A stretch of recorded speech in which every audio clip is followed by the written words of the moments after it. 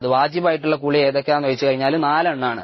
ചുരുക്കി പറയുകയാണെന്നുണ്ടെങ്കിൽ അഫ്സാലുൽ വാജിബ അതുവരെ നമ്മൾ സിഫത്തുൽ വുദൂൽ എടുത്തതിൽ കുളി വാജിബായിട്ടുള്ള കാര്യങ്ങൾ 4 എണ്ണാണ്. ഒന്നാമത്തത് അൽ ഗുസ്ലു മിനൽ ജനാബ, ജനാബത്തിൽ നിന്നുള്ള കുളി. അതിൽ ഈ നമ്മൾ ഫസ്റ്റ് പറഞ്ഞിട്ടുള്ള 2 കാര്യങ്ങൾ പെടും. അൽ അഫ്സാലുൽ വാജിബയിലെ ആദ്യത്തെ എന്താണ്? അൽ ഗുസ്ലു മിനൽ ജനാബ. അതിലെന്തൊക്കെ പെടും? ഒന്ന് മനി പുറപ്പെടുന്നവൻ വരും, പിന്നെ ഹൈദു നിഫാസ് ജിമാന്റെ മനി പുറപ്പെട്ടിട്ടില്ലെങ്കിൽ പോലും. അതാണ് രണ്ടാമത്തെ പറഞ്ഞത് ഇൽത്തിഖാഉൽ ഖിതാനൈൻ. ഇത് തഗീബുൽ ഹശഫ ഉണ്ടായി കഴിഞ്ഞാൽ വുദു എന്താണ് കുളി നിർബന്ധമായി എന്നുള്ളത് ഈ അൽ ഗുസ്ലു മിനൽ ജനാബയിൽ പെടും. രണ്ടാമത്തെ എന്താണ്? അൽ ഗുസ്ലു ലിന്നിസ മിനൽ ഹൈദി വൻ നിഫാസ്.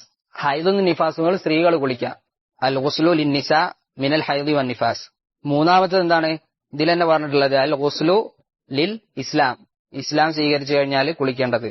നാലാമത്തെ ഒന്നും കൂടി ചേർക്കണമെന്ന് നമ്മൾ പറഞ്ഞിട്ടുള്ളത് എന്താണ്? അൽ ഗുസ്ലു ലിൽ ജുമാ, അൽ ഗുസ്ലു ലിൽ ജുമാ, ജുമാ ദിവസം കുളിക്കാം. അപ്പൊ ഇതാണ് എന്താണ് ഖുലാസ. അപ്പൊ നമ്മൾ എന്ത് കഴിഞ്ഞു? ഗുസ്ലുൽ ജുമാ, അഫ്സാലുൽ വാജിബ കഴിഞ്ഞു. അൽ അഫ്സാലുൽ വാജിബ കുളി നിർബന്ധമായിട്ടുള്ള കാര്യങ്ങൾ ഈ 4 കാര്യങ്ങളാണ് ചുരുക്കി പറഞ്ഞാൽ കുളി നിർബന്ധമാക്കുന്ന കാര്യങ്ങൾ. ഇതെല്ലാത്തൊന്നും എന്തല്ല വാജിബല്ല. വല്ലാഹു അലം.